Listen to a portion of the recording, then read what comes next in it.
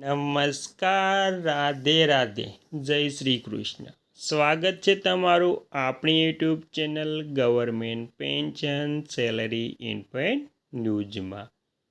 તો આજે આપણે વાત કરવાના છે કે ગુજરાત રાજ્યના વિધવા મહિલાઓ માટે હાઈકોર્ટનો સૌથી મહત્ત્વના ચુકાદા વિશે.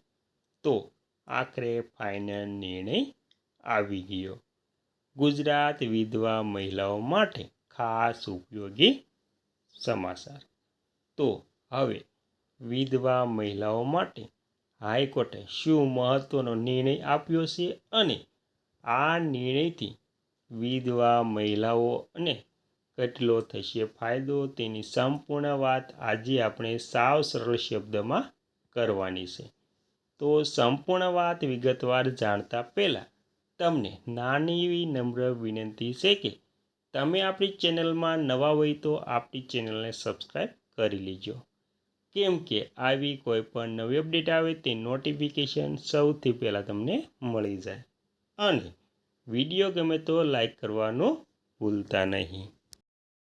વિગતવાર વાત કરીએ તો ગુજરાત હાઈકોર્ટના વિધવા મહિલાઓના હકો અને કલ્યાણ માટેના નિર્ણયો સીમાચિહ્નરૂપ સાબિત થયા છે. કોર્ટે ઠરાવ્યું છે કે લગ્નના રજિસ્ટ્રેશન કે ફોટા જેવા દસ્તાવેજોના અભાવે વિધવાઓને પેન્શન કે સહાય નકારી શકાય નહીં. આ નિર્ણયો મહિલાઓને ગૌરવપૂર્ણ જીવન અને ન્યાય અપાવે છે. તેમાં સૌથી પહેલાં આપણે જાણીશું કે કૌટુંબિક પેન્શનનો અધિકાર. ગુજરાત હાઈકોર્ટે એક મહત્ત્વના કેસમાં નોંધ્યું છે કે જો મૃતક પતિએ પોતાની હયાતીમાં પત્ની તરીકે સ્વીકાર કર્યો હોય તો તે કાયદેસરની પત્ની ગણાય છે. સરકારી કે મ્યુનિસિપલ કચેરીઓ માત્ર સર્વિસ રેકોર્ડમાં નામ ન હોવાના કારણે અથવા તો લગ્ન રજિસ્ટ્રેશન એટલે કે દાખલા તરીકે નિકાહમાં ન હોવાને કારણે પેન્શન અટકાવવું જોઈએ નહીં. પતિના મૃત્યુ પછી વિધવા સ્ત્રીઓ પોતાના પરિવારના પેન્શન માટે સંપૂર્ણ હકદાર બને છે.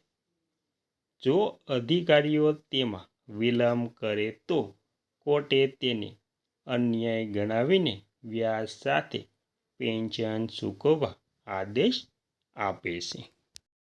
ત્યારબાદ બીજી પત્નીને પણ પેન્શનનો હક. ગુજરાત હાઈકોર્ટે બહુપત્નીત્વના કિસ્સામાં પણ માનવવાદી નિર્ણય આપ્યો છે. કોર્ટે સ્પષ્ટ કર્યું છે કે જો પતિ બે પત્નીઓ છોડીને મૃત્યુ પામે તો બંને પત્નીઓ કૌટુંબિક પેન્શનમાં સમાન હિસ્સો મેળવવા પાત્ર બની શકે છે. આ નિર્ણય મહિલાઓને આર્થિક રક્ષણ માટે ખૂબ જ પ્રગતિશીલ માનવામાં આવે છે. ત્રીજું, સહાય યોજના. તો ગંગા શ્રુપા યોજના ગુજરાત સરકાર દ્વારા નિરાધાર વિધવા મહિલાઓના પુનઃ વસવાટ માટે આર્થિક સહાય. માર્ગદર્શનના કારણે રાજ્ય સરકારે વિધવા સહાયનું બજેટ વધારીને ₹3015 કરોડ સુધી પહોંચાડ્યું છે. ગંગા શ્રુપા આર્થિક સહાય યોજના હેઠળ પાત્રતા ધરાવતી મહિલાઓને દર મહિને સીધા તેમના બેંક કે પોસ્ટ ઓફિસ ખાતામાં સહાય જમા કરવામાં આવે છે. તો મિત્રો, આવી રીતે આર્થિક સહાય એટલે કે પેન્શન આપવામાં આવે છે. તેમાં હાઈકોર્ટના કડક વલણ અને સતત માર્ગદર્શનના કારણે રાજ્ય સરકારે વિધવા સહાયનું બજેટ વધાર્યું છે. અને ત્યારબાદ મિલકત અને વળતરના હકો.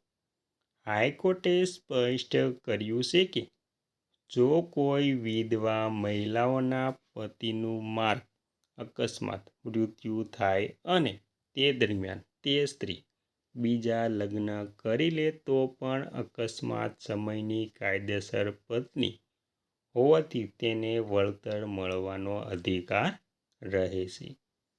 આ અધિકાર અકસ્માતની તારીખથી જ તેને મળી જાય છે. 5. કાયદાકીય દસ્તાવેજોમાં રાહત. ઘણીવાર સરકારી અધિકારીઓ વિધવા મહિલાઓને પતિના જન્મના દાખલા જેવા વર્ષો જૂના દસ્તાવેજો રજૂ કરવા માટે હેરાન કરતા હોય છે. હાઈકોર્ટે આવા અધિકારીઓની આકરી ઝાટકણી કાઢી છે. અદાલતે કહ્યું છે કે ટેકનિકલ કારણો ગરીબ વિધવા મહિલાઓને ન્યાયથી વંચિત રાખી શકે નહીં.